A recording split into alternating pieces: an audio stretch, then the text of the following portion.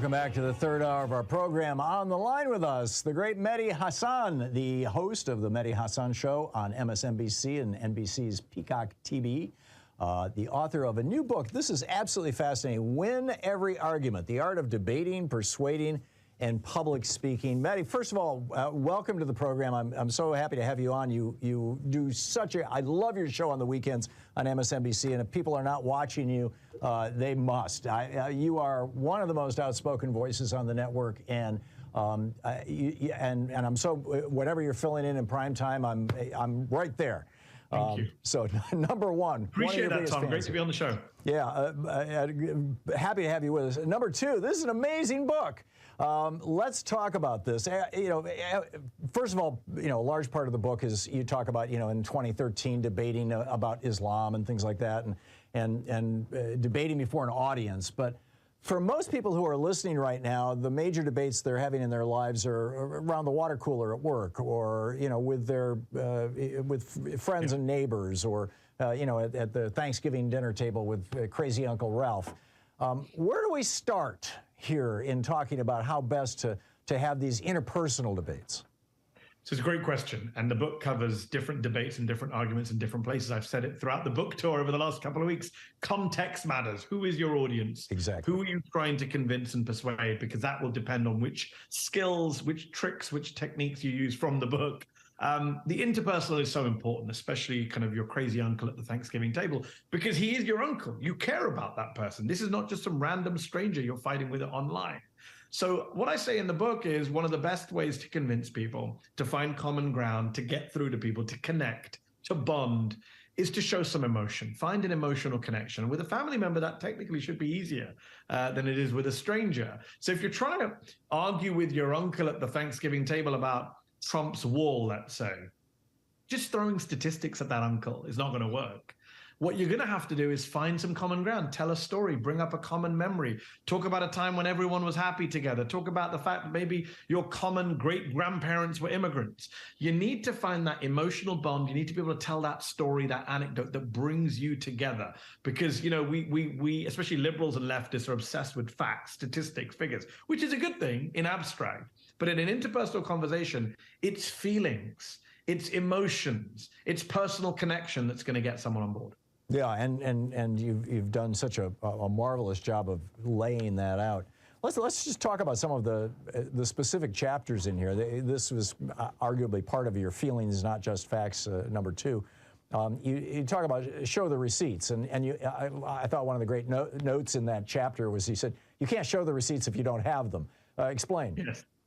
So unfortunately, we go into arguments or debates, or interviewers in our line of work in the media go into interviews without having done the prep work, without having done the research, without having found the facts and figures that are going to win you the argument. We're sometimes very lazy intellectually. We cut corners, or we're susceptible to confirmation bias, right? We think, well, I've looked up stuff and my argument is the strongest argument. And then we go into a debate, or we have an argument and we lose because we weren't prepared, because we didn't bring what we needed to bring to back us up. We didn't have those intellectual, factual, logical, empirical underpinnings to the claims we're making. I'm known as an interviewer for being the guy who says, hold on, you did say this in 2009 at a conference, and I do have the transcript in front of me. Let's play the clip of you saying the exact opposite of what you said a moment ago. Those are showing your receipts, and they have huge power.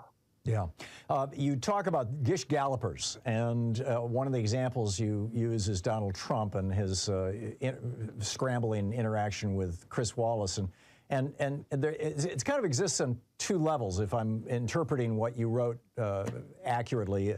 One is the person who just, tries to lay out the fire hose of data that's all wrong, sometimes sequentially wrong. But the other is the person who lays out something that's a very simple statement, but its predicates are all wrong, and you have to kind of, go spelunking, digging through history to yes, uproot those predicates. Can you speak to that?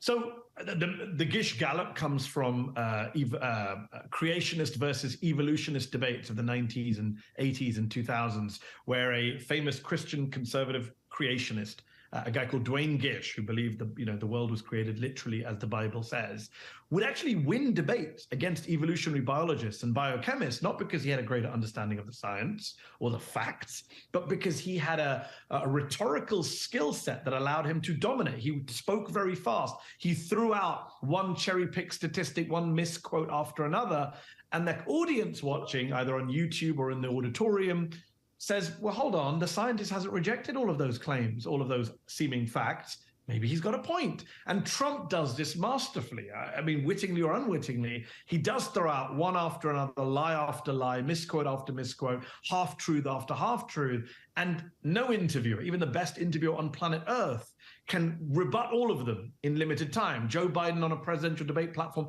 can't step in and rebut everything he just heard because Trump crams in so much nonsense into a short space of time. So that is the Gish Gallop, as it's known in debate circles. It's very hard to defeat.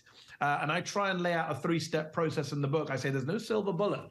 But if you are confronted, and we seem to be increasingly, Tom, confronted by these mini-Trumps, these Gish Gallopers, whether it's at a state level, federal level, international level, I say, look, pick your battle. Don't try and argue every point. Don't try and rebut every claim. Call it out. Point out to the audience what's going on here, that this is a strategy to disorient and deflect.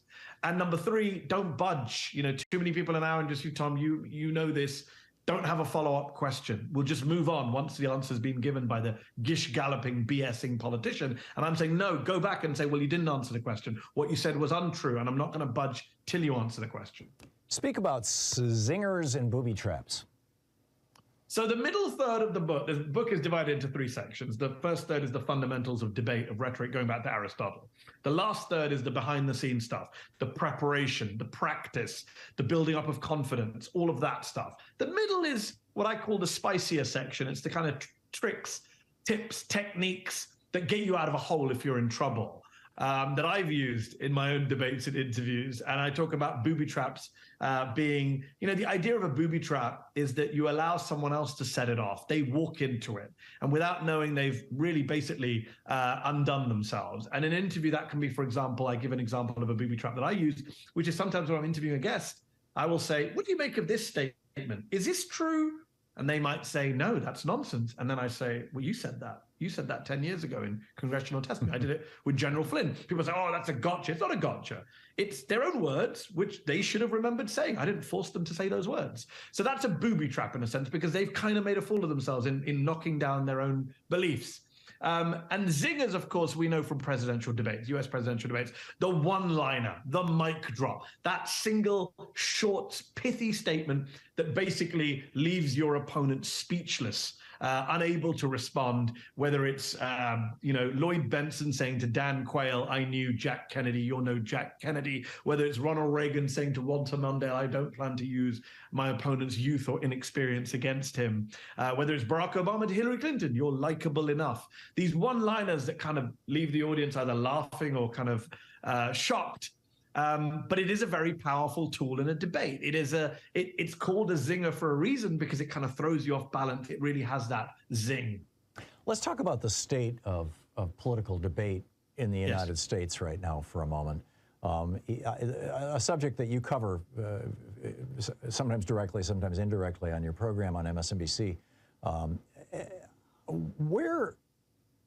I'm increasingly convinced that we are going down a road that as Madeleine Albright points out in her book on fascism, or Fascism, a Warning, that the last major Western nation where a major conservative political party embraced hate as a political tool was Germany in 1933. And I'm seeing this in the Republican Party right now.